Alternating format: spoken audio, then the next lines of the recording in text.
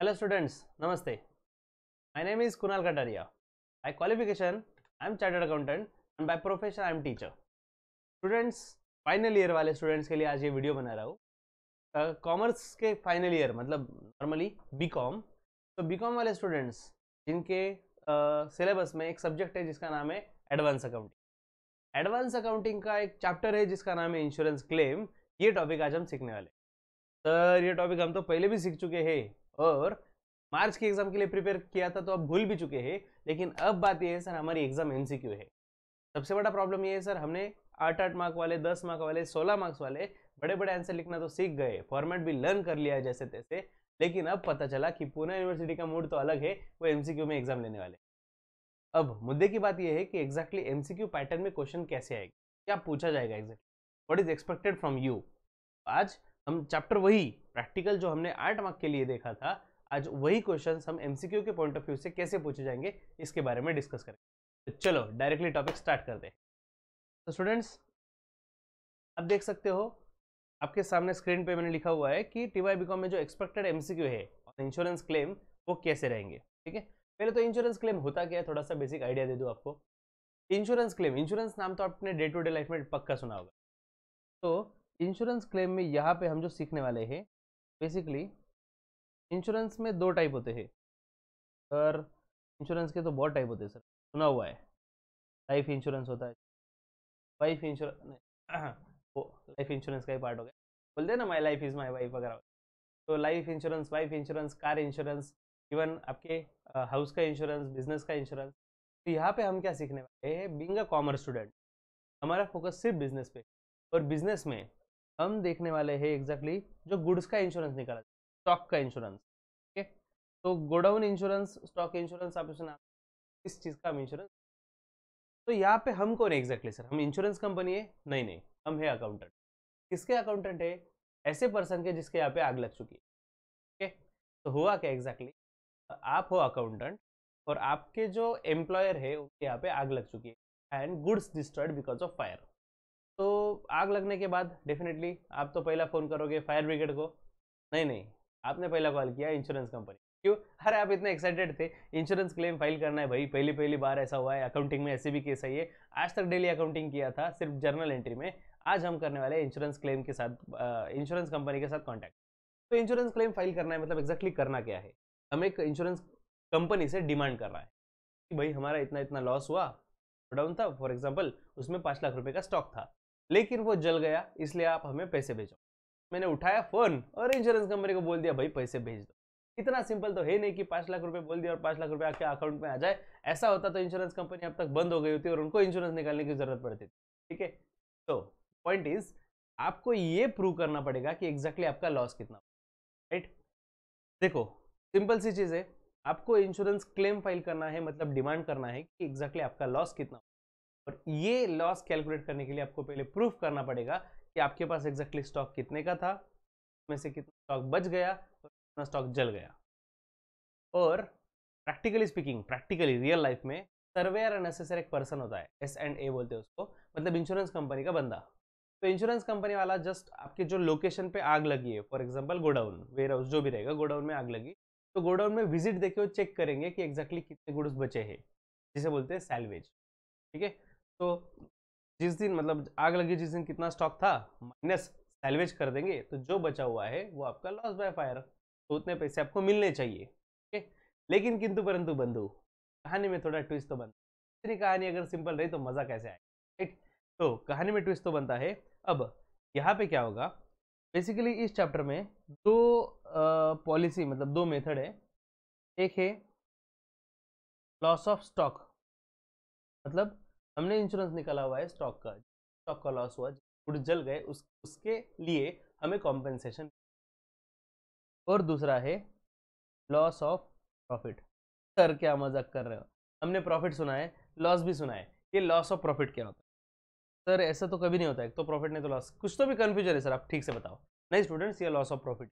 ठीक है, अब ये क्या है डिटेल में चुन चुन के देखते हैं। मैं डायरेक्टली मुद्दे की बात करता हूँ, हमें एमसीक्यू एग्जाम देनी है, एक वीक भी नहीं है हमारे पास स्टडी के लिए, इसलिए मैं टू द पॉइंट रहूंगा, ज़्यादा नॉलेज के साथ साथ एग्जाम ओरिएंटेड भी रहेंगे हम। लॉस ऑफ स्टॉक, अब लॉस ऑफ स्टॉक के लिए हमें एग्जैक्टली फाइंड करना है stock on date of fire. सबसे चैलेंजिंग टास्क यही है कि हम ये कैसे फाइंड करें जिस दिन आग लगी उस दिन कितना। उसके लिए हमें बनानी पड़ती है दो चीज़ें। एक, हम प्रिपेयर करते हैं ट्रेडिंग अकाउंट, और दूसरा होता है मेमोरेंडम ट्रेडिंग। सर ये तो ठीक है सर, ये हम सीख चुके हैं, ये हमें वापस क्यों बता रहे हो सर? हम वही तो आपसे बोल रहे हैं कि एमसीक्यू टाइप का एग्जाम है सर, इसमें नहीं आने वाला है अकाउंट। अरे दोस्तों, पहले तो ये समझ लो, एमसीक्यू एग्जाम अगर आप समझ रहे होगे, जय माता दी, बहुत इजी है। डेफिनेटली नहीं। यहाँ पे रट्टा वाला पर्सन तो काम कर ही नहीं सकता। कंसेप्चुअल बंदा, जिसको कंसेप्ट का नॉलेज है, जिसको एक एक चीज पता है कि ये क्यों किया जाता है, कैसे किया जाता है, वही एग्जाम में अच्छा स्कोर कर सकता है। ओके, तो कंसेप्चुअल एग्जाम में अलग क्या रहेगा? सिलेबस तो सेम है, तो अलग कुछ नहीं है दोस्तों। इसमें एक एक कंसेप्ट का पोस्टमार्टम करना पड़ेगा। हम पहले टारगेट करते रहे पूरा प्रोसेस पे, 1 2 3 4 5 स्टेप है, 5 स्टेप फॉर एग्जाम्पल तो फॉलो करेंगे और फाइनल आंसर लेके आएंगे। यहाँ पे 5 स्टेप मतलब 5 अलग अलग क्वेश्चन बन गए। 5 स्टेप मतलब 5 अलग अलग क्वेश्चन बन गए। लेट्स सी कैसे बनता है, देखते हैं। के सामने प्रैक्टिकल क्वेश्चन लेके आ रहा हूँ डायरेक्टली, सो दैट आपको जल्दी समझ जाए कि एग्जाम में कैसे क्वेश्चन आए।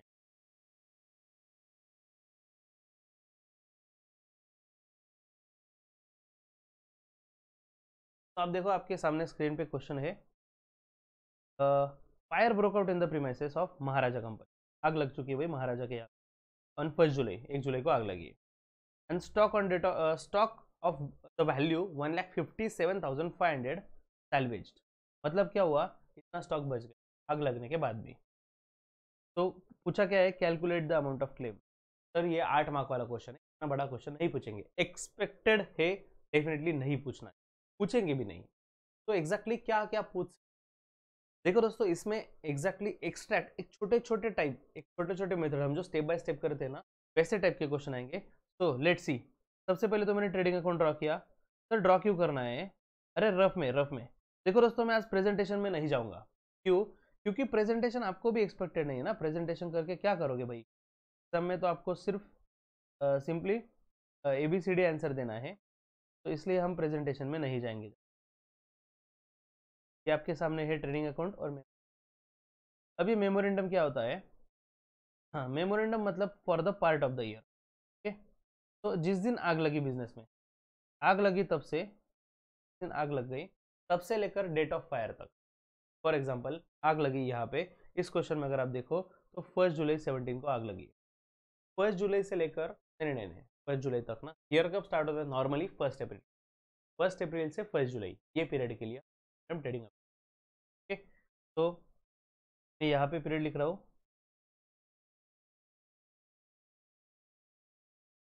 1 जनवरी 1 जुलाई। तो ईयर था भाई 7। Okay, next trading account.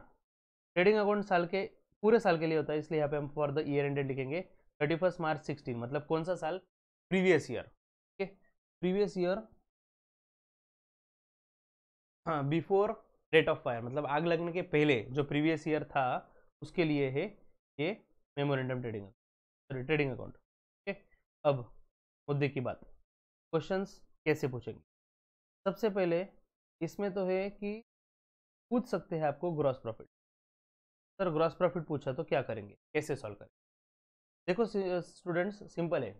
हर टाइप के क्वेश्चन में ये बेसिक चीज़ें दी होती है। ट्रेडिंग अकाउंट में क्या क्या होता है? Opening stock, closing stock, purchase और सेल्स, ये चीज़ें चाहिए। अगर ये चारों चीज़ें मिल जाए तो डेफिनेटली ग्रॉस प्रॉफिट तो बैलेंसिंग फिगर आने ही वाला है। ओके, तो फॉर एग्जांपल आपको ये इन्फॉर्मेशन, मतलब इस क्वेश्चन में से आपको क्या क्या दिया हुआ है, देखो मैं आपको टिक करके बता रहा हूँ। सबसे पहले आपको ओपनिंग स्टॉक, ये स्टॉक दिया हुआ है। उसके बाद सेल्स से, परचेस से, ये इन्फॉर्मेशन दी हुई है, ये इन्फॉर्मेशन। और आपको पूछा हुआ है calculate GP ratio, gross profit ratio. अब ग्रॉस ग्रॉस प्रॉफिट रेशो कैसे कैलकुलेट करें, लेट्स सी। सबसे पहले मैं इन्फॉर्मेशन पुट आउट कर रहा हूँ ट्रेडिंग अकाउंट की। डेबिट में आता है opening stock, then purchases, credit में आता है सेल्स और क्लोजिंग स्टॉक, और बैलेंसिंग फिगर एज यूजुअल हम निकालते हैं ग्रॉस प्रॉफिट। ओके, स्टूडेंट्स आप टीवाई वाले हो, शॉर्टकट में लिखा तो समझ जाओगे। मेरा आज प्रेजेंटेशन नहीं, सिर्फ नॉलेज है, ठीक है। तो देखो, ओपनिंग स्टॉक हमें कौन सा चाहिए? ईयर एंडिंग क्या है? 31 मार्च 16। स्टार्ट कब हुआ होगा? 1 अप्रैल 15 को। तो देखते हैं, चलो 1 अप्रैल 15। अब यहाँ पे जो इन्फॉर्मेशन दी है उन्होंने, stock on 31 March, stock on 31 March 16 and 17। Okay, तो 31 मार्च 16 मतलब क्लोजिंग स्टॉक हो गया हो फर्स्ट ईयर का। 31 मार्च 16, यहाँ पे 17 चाहिए, तब आग लगने के पहले वाला साल। 31 मार्च 17 तक हमें ट्रेडिंग अकाउंट बनाना पड़ेगा। अब 31 मार्च 17 का स्टॉक दे दिया इन्होंने, 4,20,000 है।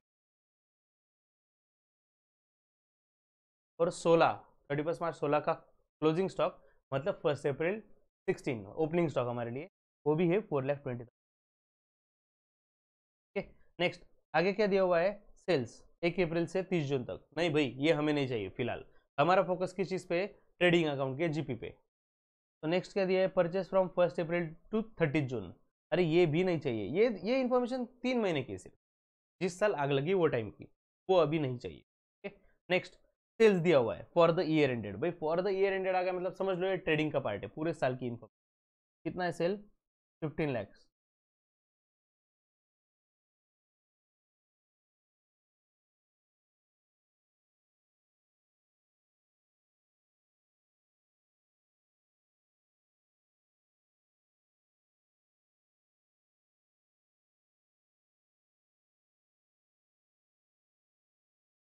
नाउ सेल्स, सेल्स कितना दिया हुआ है क्वेश्चन में, आप देख सकते हो 15 लाख से।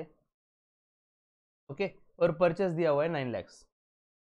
परचेस दिया हुआ है 9। ये पूरी इन्फॉर्मेशन अगर आप पुट कर दो तो डेफिनेटली बैलेंसिंग फिगर तो जीपी मिलेगा। तो क्रेडिट की टोटल आ रही है 19,20,000, 19,20,000। तो उसमें से 13,20,000 गए, क्रॉस प्रॉफिट आ गया 6 लाख।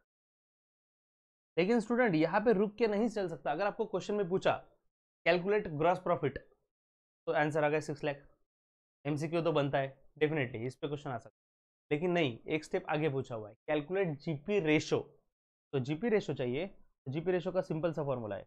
और डेफिनेटली स्टूडेंट्स ये ऐसे क्वेश्चन आपको करने ही है प्रिपेयर। ओके, हम ऐसे भी निकालने वाले थे, लेकिन उन्होंने पूछा हुआ है जीपी अपॉन सेल्स इंटू 100। यहाँ पे जीपी कितना आया? 6 लाख, अपॉन सेल्स कितना है? 15 लाख। 6 अपॉन 15 टू 100, आंसर आ रहा है जीपी रेशो। एमसीक्यू सॉल्व, ठीक है, मार्क्स तो बनता है भाई। सर इसके अलावा कुछ पूछ सकते हैं स्टूडेंट्स? ट्रेडिंग में तो इसके अलावा कुछ नहीं पूछेंगे, क्योंकि बाकी चारों इन्फॉर्मेशन तो डेफिनेटली दी होती है, इसलिए जीपी के सिवा और जीपी रेशो के सिवा कुछ नहीं पूछेंगे। डन। नेक्स्ट, मेमोरेंडम ट्रेडिंग में क्या आ सकता है? अब मेमोरेंडम ट्रेडिंग में मिसिंग फिगर क्या होती है? बाकी चीजें दी होती है, क्या करेंगे?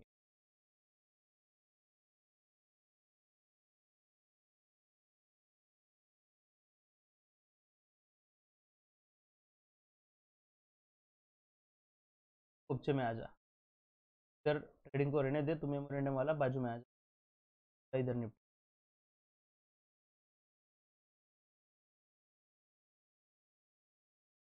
ट्रेडिंग अकाउंट, ठीक है। अब यहाँ पे अगेन सेम इन्फॉर्मेशन दोस्तों, ट्रेडिंग है या मेमोरेंडम ट्रेडिंग कुछ भी हो, लेकिन बेसिक चीज़ें तो फिक्स वही आती है। क्या क्या? To opening stock, to purchases, by sales, by closing stock, definitely debit में आता है। ओके, इस बार क्वेश्चन कैसे फ्रेम करेंगे? देखो, मेमोरेंडम ट्रेडिंग है ना, आपको क्वेश्चन में क्या क्या दिया जाएगा? ओपनिंग स्टॉक दिया जाएगा, यस सर। सर क्या परचेस देंगे? यस सर, परचेस देंगे। सर सेल्स रहेगा? अरे भाई हाँ, सेल्स भी रहेगा ईयर स्टार्ट होने से डेट ऑफ फायर तक। Closing stock? अरे नहीं ना यार, वो कैसे देंगे, वो तो ढूंढना है ना यार। क्लोजिंग स्टॉक तो हमें फाइंड करना है ना, क्लोजिंग स्टॉक डेफिनेटली नहीं देने वाले, वो मिसिंग फिगर है। सर फिर जीपी कैसे निकालेंगे? जीपी का वो रेशो आपको दे देंगे। जीपी फॉर एग्जाम्पल 30% है भाई, करो एप्लीकेबल। तो जीपी रेशो कैलकुलेट करने का काम था ना, वो अलग क्वेश्चन अगर पूछा तो वो separate as a separate question पूछा जाएगा जीपी रेशो। ओके, लेकिन अगर उनको वापस 1 मार्क के लिए क्वेश्चन तो यहाँ पे जीपी रेशो दे दिया जाएगा। ठीक है, लेट्स सी, चलो इसमें एज्यूम कर लो कि जीपी रेशो क्वेश्चन में 40% दिया हुआ है। डन। अब ये क्वेश्चन आपके सामने है। सबसे पहले स्टॉक स्टॉक स्टॉक कितने का है? 4,20,000, राइट। स्टॉक ओपनिंग स्टॉक आ गया 4,20,000, पुट कर दिया। Next, purchases. भाई मेमोरेंडम ट्रेडिंग कब से कब तक है? 1 अप्रैल से लेकर 30 जून तक, या फिर 1 जुलाई तक, एक ही है, वन एंड द सेम। तो यहाँ पे आप देख सकते हो परचेसेस, ये वाला 3 महीने का 3,15,000। नेक्स्ट, सेल्स सेल्स दिया हुआ है 1 अप्रैल से 30 जून, ये वाला 5,10,000। चलो सेल्स भी पुट आउट कर देते हैं। क्वेश्चन मार्क, अरे तो कितने दिन तक? लास्ट। सर ये चारों तो दे दिया, ये दोनों चीज़ें डेफिनेटली नहीं देंगे। सर अब क्या करें? दोस्तों उन्होंने दिया हुआ है जीपी रेशियो इज, तो जीपी रेशियो अगर पता है तो क्रॉस प्रॉफिट हम निकाल सकते हैं। 40% ऑफ किसका? 40% सेल्स का। सेल्स कितना है? 5 लाख। चलो आपके सामने वो कर देते हैं, 5,10,000 इंटू परसेंट, 2,04,000। ओके, तो 2,04,000 ये आ गया क्रॉस प्रॉफिट। अरे ये तो डाल दिया, आप क्लोजिंग स्टॉक कैसे निकालोगे? बैलेंसिंग फिगर दोस्तों, यार इसमें कुछ पूछने की बात है क्या? फटाफट फटाफट एक, अरे कैलसी का तू, कैलसी तू अलाउड है भाई, हम ग्रेजुएशन कर रहे हैं, कैलसी अलाउड है। और ऐसे भी तो घर पे बैठे एग्जाम देने, अब तो सब 3,15,000 प्लस 4,000, और आंसर इज 9,30,000 टोटल करने आया अब तक।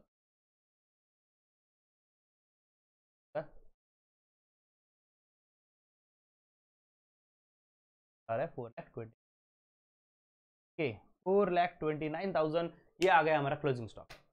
तो अगर क्वेश्चन में पूछा रहा क्लोजिंग स्टॉक, तो बाकी पांचों चीजें दे दी जाएगी, जीपी रेशो भी दे दिया जाए, ये बनता है एमसीक्यू। इसके आगे, सर क्या इसमें लॉस ऑफ स्टॉक पूछा जा सकता है? Definitely students, loss of stock तो पूछा जाने के चांसेस बहुत हाई है। लॉस ऑफ स्टॉक का फॉर्मूला क्या है? Loss of stock equal to stock on date of fire, दिन आग लगी, दिन आपके पास जितनी स्टॉक था माइनस सेल्वेज स्टॉक, तो जो स्टॉक बच गया। सिंपल सी चीज़ है ना, हमारे पास ये तो पता चल गया हमें कि जिस दिन आग लगी उस दिन स्टॉक कितना था? 4,29,000। और क्वेश्चन में अगर आप देखो, स्टार्टिंग में ही दिया हुआ है the stock of value of 1,57,500 वो सेल्वेज, इतना स्टॉक बच गया 1,500। तो ये जो स्टॉक है 1,50 है, कितना आएगा? अरे कैलसी तू किधर गया है? बहुत याद आता कैलसी, तेरे सिवा हम कुछ। 2,71,500 क्या आ गया हमारा लॉस ऑफ? ये भी एमसीक्यू बनता है। ठीक है, लॉस ऑफ स्टॉक तो निकाल लिया। अब सबसे इंपॉर्टेंट एमसीक्यू एग्जाम में जो एक्सपेक्टेड है आ सकता है, वो है एवरेज क्लॉज। ठीक है, एवरेज क्लॉज के हिसाब से इंश्योरेंस क्लेम कैलकुलेट करो। स्टूडेंट्स अगर आप देखो, इस क्वेश्चन में आपको पॉलिसी अमाउंट दिया ही नहीं, it was basic question actually, क्योंकि यहाँ पे पॉलिसी अमाउंट दिया नहीं है। मतलब जितना लॉस हुआ है, लॉस कितना हुआ हमारा? 2,71,500। तो हम इंश्योरेंस कंपनी को सीधा सीधा बोल देंगे भाई 2,71,500 इतना क्लेम है, इतने पैसे भेज दो, यहाँ तक की स्टोरी। लेकिन लेकिन किंतु परंतु बंधु, अगर उनको चाहिए है कुछ आपसे एक्स्ट्रा, तो आपको पूछा जाएगा एवरेज पॉलिसी अप्लाई कर। इसी क्वेश्चन में मैं मॉडिफाई करके आपको सिखा देता हूँ। न्यू क्वेश्चन देखने के लिए इतना टाइम आपके पास नहीं है, क्योंकि लिमिटेड टाइम है आपकी। ओके, देखो यहाँ पे 4,29,000 आपका क्लोजिंग स्टॉक जिस दिन आग लगी, और यहाँ पे दिया हुआ है क्वेश्चन, क्या दिया हुआ है सर? क्वेश्चन में दिया हुआ है पॉलिसी अमाउंट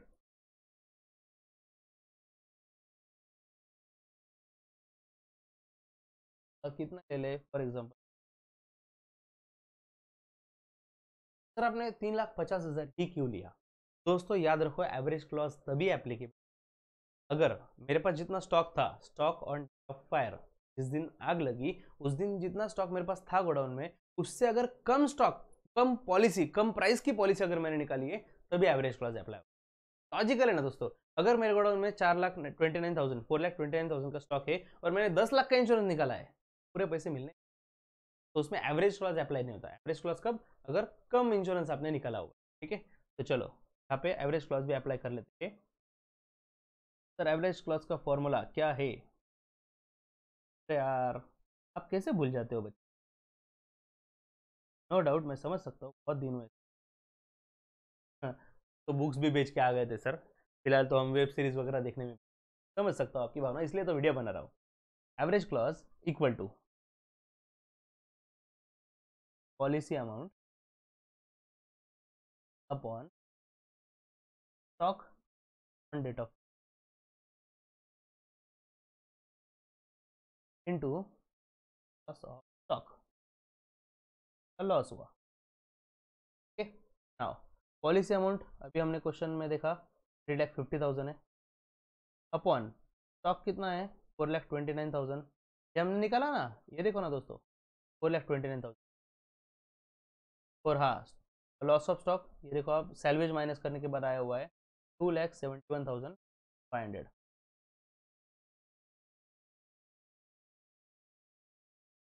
का क्या आंसर आएगा खाली? एक लिया 3,50,000 divided by this, which comes to, किधर कर दो, 221,504, 221।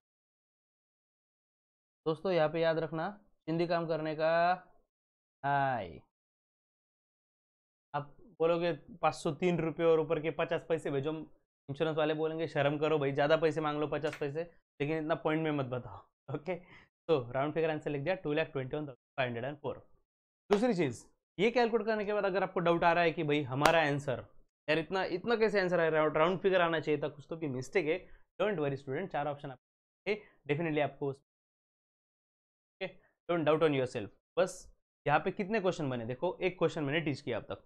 ओके, लास्ट मोमेंट में आपको जस्ट रिवाइज कर रहा हूँ, फिर हम दूसरे मेथड में जाएंगे। ओके, जागते रहो दोस्तों। सबसे पहले क्वेश्चन नंबर 1 बना क्या, ये क्लोजिंग जीपी फाइंड करना, ग्रॉस प्रॉफिट, सब कुछ दिया हुआ है और ग्रॉस प्रॉफिट फाइंड करना है।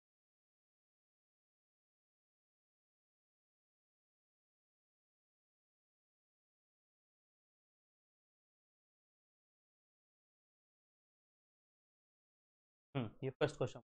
दूसरा, अगर मेमोरेंडम ट्रेडिंग की बात करें तो यहाँ पे सब कुछ दिया हुआ है, मतलब इवन जीपी रेशो भी दिया हुआ है, तो क्लोजिंग स्टॉक फाइंड करना, एक क्वेश्चन बन। अरे जीपी रेशो से याद आया, जीपी रेशो निकालना है, कभी तो क्वेश्चन आ सकता है, ये दूसरा क्वेश्चन बन गया, जीपी रेशो इन्फॉर्मेशन दिया हुआ है। नेक्स्ट, हाँ क्लोजिंग स्टॉक फाइंड कर लिया, नेक्स्ट पूछेंगे लॉस ऑफ स्टॉक, तो लॉस ऑफ स्टॉक के लिए stock on date of fire भी आपको दे दिया जाएगा, सैलवेज भी दे दिया जाएगा, मे बी, ठीक है, डिपेंड्स। तो ये क्वेश्चन बन गया। उसके बाद average clause, the most important question, मुझे लगता है मेरे हिसाब से इस मेथड में अगर कुछ सबसे ज़्यादा इंपॉर्टेंट क्वेश्चन है तो वो है एवरेज क्लॉज। ओके दोस्तों, अब तक हमने क्या देखा, हमने ये देखा कि इंश्योरेंस क्लेम नाम का चैप्टर, दो मेथड है, लॉस ऑफ स्टॉक और लॉस ऑफ प्रॉफिट। अब तक हमारा फोकस था लॉस ऑफ स्टॉक, मतलब ये समझ गया जितने स्टॉक का लॉस हुआ है वो हमें मिलना चाहिए, उसके बदले हमें पैसे मिलना चाहिए। अब देखते हैं लॉस ऑफ प्रॉफिट। स्टूडेंट्स जागते रहो और लेक्चर एंजॉय करते रहो। लॉस ऑफ प्रॉफिट, सर अब ये बता दो एग्जैक्टली होता क्या यहाँ पे? बिकॉज ऑफ फायर, आग लगने की वजह से डेफिनेटली मेरा बिजनेस तो डिस्टर्ब होगा ही ना यार, नो डाउट, कभी तो हम संभाल लेंगे खुद को, लेकिन संभालने के लिए थोड़ा टाइम तो लगेगा। अगर आज मेरे गोडाउन में आग, फॉर एग्जाम्पल 4 मंथ्स के लिए मेरा बिजनेस डिस्टर्ब है, 4 मंथ्स के लिए बिजनेस डिस्टर्ब रहेगा, फॉर एग्जाम्पल आग लगी 1 जुलाई को, जुलाई, अगस्त, सितंबर, अक्टूबर, 4 महीने बिजनेस डन। अब ये बिजनेस डिस्टर्ब था, इसका मतलब क्या कि मेरा जो आग लगने का जो प्लेस था, मतलब मेरे बिजनेस में आग लग गई, तो उसकी वजह से सपोज मैंने प्लेस शिफ्ट कर लिया और उसकी वजह से मेरा लॉस कम, तो जो मेरा सेल होने वाला था, फॉर एग्जांपल एक्सपेक्टेड था मुझे ये 4 महीने में 10 लाख का सेल होना चाहिए, एक्चुअल में हुआ सिर्फ 6 लाख का सेल, मतलब 4 लाख का सेल कम हुआ, इसे हम बोलते हैं शॉर्ट सेल, सेल कम, ये एक कंसेप्ट आ गई शॉर्ट सेल्स। ठीक है, तो ये जो सेल कम हुआ, इस पे जो मैं प्रॉफिट कमाने वाला था, अगर नॉर्मल सेल होता ना 10 लाख, लेकिन आग लगने वजह से 10 लाख तो नहीं हुआ, 4 लाख से सेल कम हुआ, अगर ये सेल कम नहीं होता तो 4 लाख पे मैं जितना प्रॉफिट कमाने वाला था उसका ये इंश्योरेंस है लॉस ऑफ प्रॉफिट। ओके, वैसे समझने में इंटरेस्टिंग है, मजा आता है एक्चुअली। और ये किसने कंसेप्ट निकाली होंगी यार, लॉस ऑफ प्रॉफिट, जो सेल कम हुआ उसका प्रॉफिट, अरे वो काम की बात नहीं, फिलहाल हमारे काम की बात है कैलकुलेशन और क्वेश्चन। ठीक है, देखो दोस्तों, इसमें 5 स्टेप होते हैं, 5 स्टेप मतलब 5 क्वेश्चन है। पहले आपको स्टेप समझाता हूँ, फिर 5 क्वेश्चन के साथ आपको एक्सप्लेन कर दूंगा। ओके, नाउ स्टेप नंबर 1 क्या है, calculation of short sales.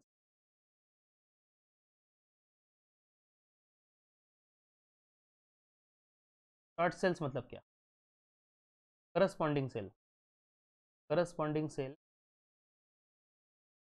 Dislocation period.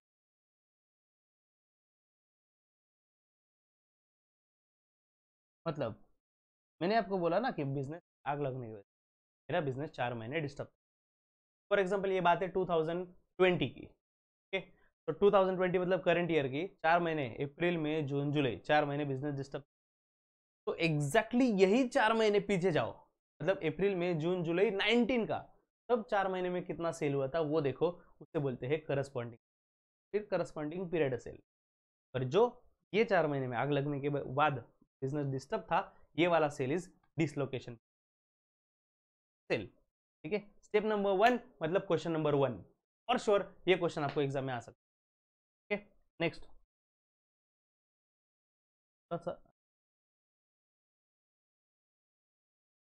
Step 2, step 2 क्या है, स्टेप 2 है कैलकुलेशन ऑफ क्रॉस प्रॉफिट। क्योंकि हमें क्या निकलना है कि हम कितने प्रॉफिट कमा थे, शॉर्ट सेल हो गया तो समझ गया 4 लाख से सेल कम हुआ, लेकिन इस पर कितना प्रॉफिट कमा सकते थे, इसलिए हमें चाहिए GP ratio. Sir GP ratio का फॉर्मूला अभी देखा ना सर हमने, जीपी ऑन सेल्स इंटू 100। दोस्तों ये फॉर्मूला एप्लीकेबल है फर्स्ट मेथड के लिए, लेकिन यहाँ पे फॉर्मूला अलग है, यहाँ पे फॉर्मूला है net profit plus insured standing charges. Please दोस्तों एग्जाम तो पहली बार दे रहे हो, कुछ ना कुछ, और net profit plus insured standing on sales during previous.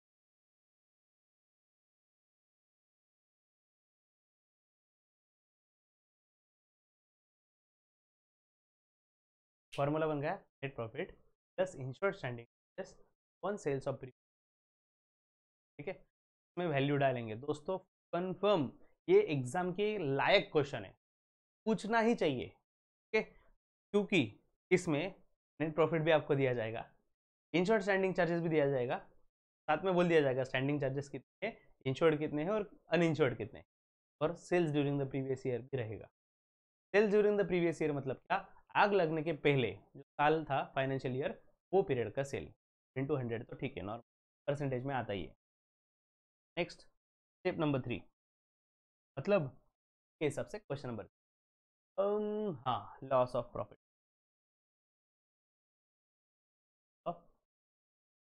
ये कैसे निकाले, शॉर्ट सेल्स तब जितना सेल्स कम हुआ तो जीपी रेशो, तब जिस पे प्रॉफिट था, short sales into GP ratio, ये मल्टीप्लाई करके profit.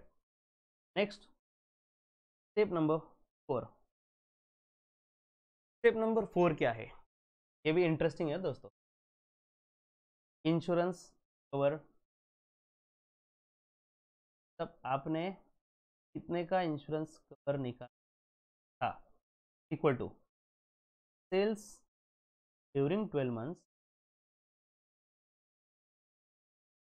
Ending on date of fire,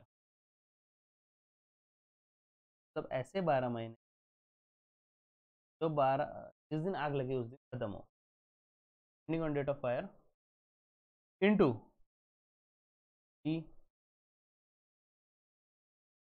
GP ratio करेंगे, ये पता चलेगा कितने का इंश्योरेंस था। MCQ question number 4 and last one, step number 4 and question number 4,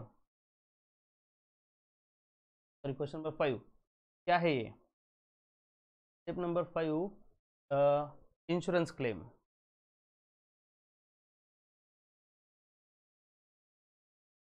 insurance, अब इंश्योरेंस क्लेम में पॉलिसी अमाउंट, हाँ दोस्तों वहाँ पे क्या था, stock on date of fire ना, stock on date of fire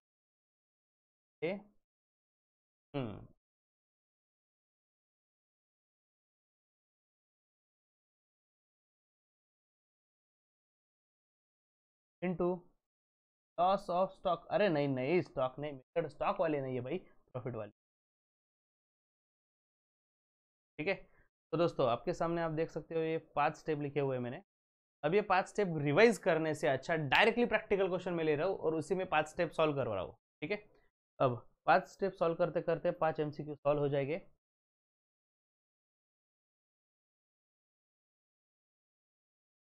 आप गए क्वेश्चन चल तू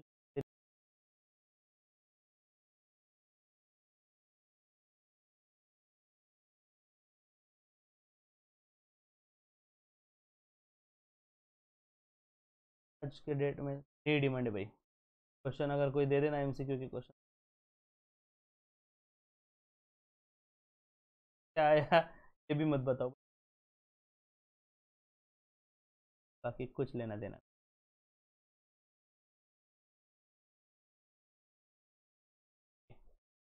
देख सकते हो बच्चों क्वेश्चन, ये रहा क्वेश्चन।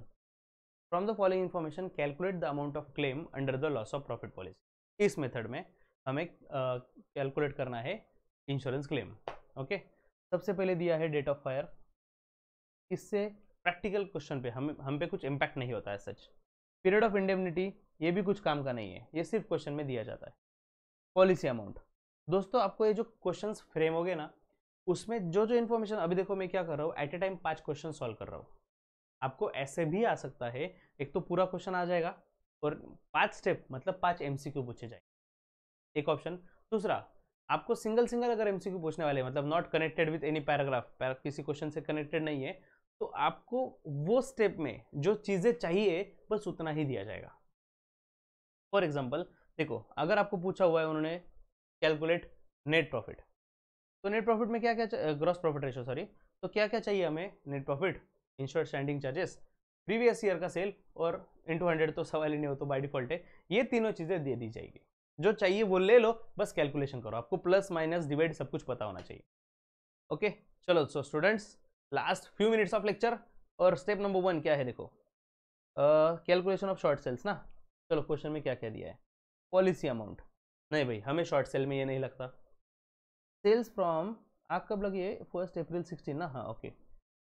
सेल्स फ्रॉम 1 अप्रैल 16, नहीं नहीं नहीं नहीं, ये 1 अप्रैल 16 टू 31 मार्च 16, ये तो पूरे साल का है, ठीक है। ये भी पूरे साल का सेल है और ये भी पूरे साल का है, 12-12 महीने का, मतलब ये स्टेप नंबर 1 वाले नहीं है, ये क्लियर कर लो। 12 महीने का सेल स्टेप नंबर 1 का हो ही नहीं सकता। 12 महीने बिजनेस डिस्टर्ब था भाई, इतना नहीं चलता, गम हुआ तो ठीक है, लेकिन गम इतना भी ना हो कि 12 महीने चलेगा। नेक्स्ट क्या दिया है, नेट प्रॉफिट, नहीं वो भी आगे की बात है। स्टैंडिंग चार्जेस, स्टैंडिंग चार्जेस दिए है 2 लाख, जिसमें से 40,000 अनइंश्योर्ड है, लेकिन वो स्टेप नंबर 2 में काम में आएगा, ठीक है। आगे सेल्स ड्यूरिंग डिसलोकेशन पीरियड, क्या बात है, यही तो चाहिए था, इसी पे थी हमारी नजर। और साथ में दिया है sales during corresponding period in the last year, last year में करस्पॉन्डिंग पीरियड में सेल कितना था, तो यहाँ पे दिया हुआ है 6 लाख, करस्पॉन्डिंग पीरियड का सेल है, माइनस डिसलोकेशन का सेल है 2 लाख, तो ओवरऑल हमारा शॉर्ट सेल हो रहा है 4 लाख। सर लेकिन ये बात है कि पिछले साल जितना सेल हुआ था उससे थोड़ा इस साल बढ़ भी सकता था ना, एग्जैक्टली सेम ही रहेगा ऐसा तो नहीं है। Very nice doubt student. अगर आपके मन में डाउट आ रहा है तो डेफिनेटली आप प्रैक्टिकली मेरे साथ अटैच हो रहे हो, ठीक है। तो स्टूडेंट्स, अगर क्वेश्चन में ऐसा कुछ ग्रोथ दिया हुआ है, मतलब आपको दिया जाएगा increasing trend is for example 20%, हर साल 20% सेल बढ़ता है, तो आपको क्या करना है, ये जो करस्पॉन्डिंग पीरियड का सेल है एक स्टेप नंबर 1 में, और दूसरा ये जो सेल्स ड्यूरिंग द 12 मंथ्स है स्टेप नंबर 4 में, कि पिछले 12 महीने का सेल आग लगने तक, ये दोनों जगह पे ग्रोथ ट्रेंड ऐड करना पड़ेगा। फॉर एग्जांपल इसी क्वेश्चन में तेरे को 6 लाख रुपीस दिया हुआ है, क्या दिया हुआ है, 6 लाख करस्पॉन्डिंग पीरियड का सेल, राइट। अगर यहाँ पे देते कि 20% इंक्रीजिंग ट्रेंड, तो 6 लाख में हम 20% ऐड करते थे, विच कम्स टू 7,20,000, और फिर उसमें से डिसलोकेशन पीरियड का सेल माइनस होता था। Got it. तो ग्रोथ दो जगह पे ऐड करेंगे, स्टेप नंबर 1 एंड 4, मतलब एमसीक्यू अगर इस पे आए तो की बात। Next, calculation of gross profit ratio. Gross profit के लिए आपको क्वेश्चन में जो जो चाहिए सब कुछ मिलेगा, और एमसीक्यू वाले क्वेश्चन में तो जो चाहिए वही मिलेगा, उसके सिवा कुछ देंगे नहीं, ठीक है। तो ये नेट प्रॉफिट दिया है क्या भाई, हाँ नेट प्रॉफिट दिया हुआ है, कितना है वो, 2 lakh plus insured standing charges. बस दोस्तों, मैक्सिमम आपको यही पे कंफ्यूज कर सकते हो, आप इंश्योर्ड स्टैंडिंग चार्जेस देंगे, नहीं तो फिर स्टैंडिंग चार्जेस सिर्फ नाम इतना ही लिखा रहेगा, पता ही नहीं इंश्योर्ड है या नहीं है। स्टूडेंट्स, अगर कुछ नहीं दिया है तो एज्यूम करो कि पूरे के पूरे इंश्योर्ड है, ठीक है। और अनइंश्योर्ड भी दिया साथ में, अनइंश्योर्ड इतने, फॉर एग्जांपल यहाँ पे आप देख सकते हो कि क्या बोला है इन्होंने, टोटल स्टैंडिंग चार्जेस 2 लाख, जिसमें से out of is 40,000 is uninsured. 40,000 अगर अनइंश्योर्ड है तो बचा हुआ 1,60,000 डेफिनेटली इंश्योर्ड है, ठीक है। तो इन्फॉर्मेशन घुमा फिरा के देंगे, या फिर मैक्सिमम क्या देंगे, डायरेक्ट साथ में दे देंगे, net profit and standing charges is 2,50,000, तो समझ लो भाई दोनों मिला के दिया हुआ है, ठीक है, ज़्यादा दिमाग लगाने की जरूरत नहीं है। तो 2 लाख में से 40,000 अनइंश्योर्ड थे, वो गए, हमें सिर्फ चाहिए इंश्योर्ड, हमने वो ले लिया फिगर 1,60,000 अपॉन सेल्स कितना है भाई प्रीवियस ईयर का। सर अब प्रीवियस ईयर कैसे समझे दोस्तों, जिस दिन आग लगी है कब, 1 अप्रैल 16 को, उसके पहले एग्जैक्टली वो डेट तक नहीं है, वो डेट वाला नहीं, उसके पहले जो फाइनेंशियल ईयर खत्म होने वाला है वो पीरियड का सेल। तो आप देख रहे हो यहाँ पे 31 दिसंबर 31 दिसंबर तक का सेल दिया हुआ है, राइट, मतलब ये प्रीवियस ईयर का सेल है, कितना है भाई 18 लाख। यहाँ पे वैल्यूज पुट आउट कर देंगे हम, 100, चलो calcs is ready, 2 lakhs plus 160 equal to divide by 18 lakhs percent. अरे अरे क्या कर दिया,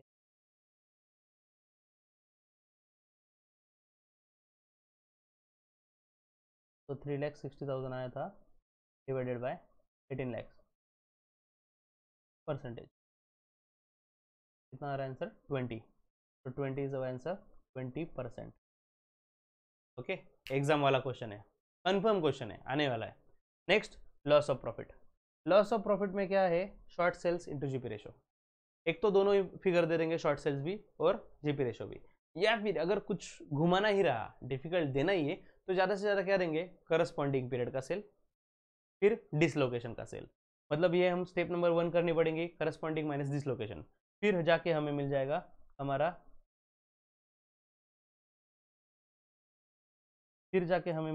शॉर्ट सेल्स, ठीक है। थोड़ा सा एक स्टेप घुमा के देंगे, ज़्यादा कुछ नहीं दे सकते। जो मिल गया 4 लाख, तो 4 लाख जो शॉर्ट सेल्स मिला है इंटू जीपी रेशो, जो आया है 20%, तो answer is 80,000। Okay, last step student, अरे लास्ट नहीं, सेकंड लास्ट, थोड़ा पेशेंस रखो।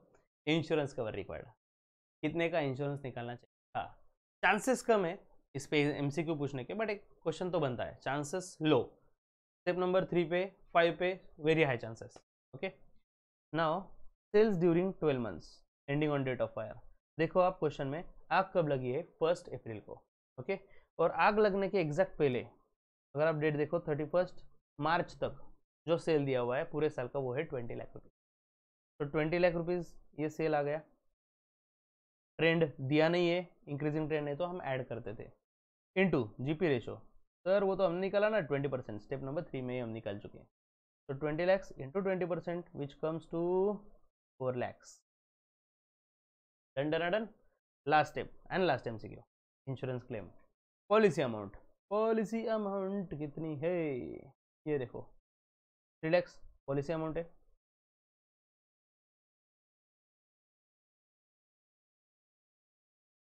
Policy amount upon insurance cover कितने का निकलना चाहिए था, स्टेप नंबर 4 का आंसर 4 लाख। तो आपको दे दिया जाएगा insurance cover required into loss of profit. Loss of profit तो हम निकाल चुके हैं 80,000। ये कैलकुलेट करते हैं ना अभी, चलो कैलसी है ना यार, क्यों दिमाग लगाने का। Relax to 80,000 divided by 4 lakhs, answer is 60,000। 60,000 ये आ गया आपका फाइनल आंसर। तो देखो आप पूरे आंसर में 5 स्टेप थे और 5 क्वेश्चन बन गए, ठीक है। तो आपको इन्फॉर्मेशन ये फिलहाल दिमाग में ले लो कि जो एक्सपेक्टेड है, उनको जो चाहिए उसी रिलेटेड इन्फॉर्मेशन आपको दिया जाएगा। और स्पेसिफिक क्वेश्चंस के लिए उसका भी वीडियो बनने वाला है। चैनल सब्सक्राइब कर लीजिए स्टूडेंट जल्दी जल्दी to see videos of all chapters. Okay, thank you.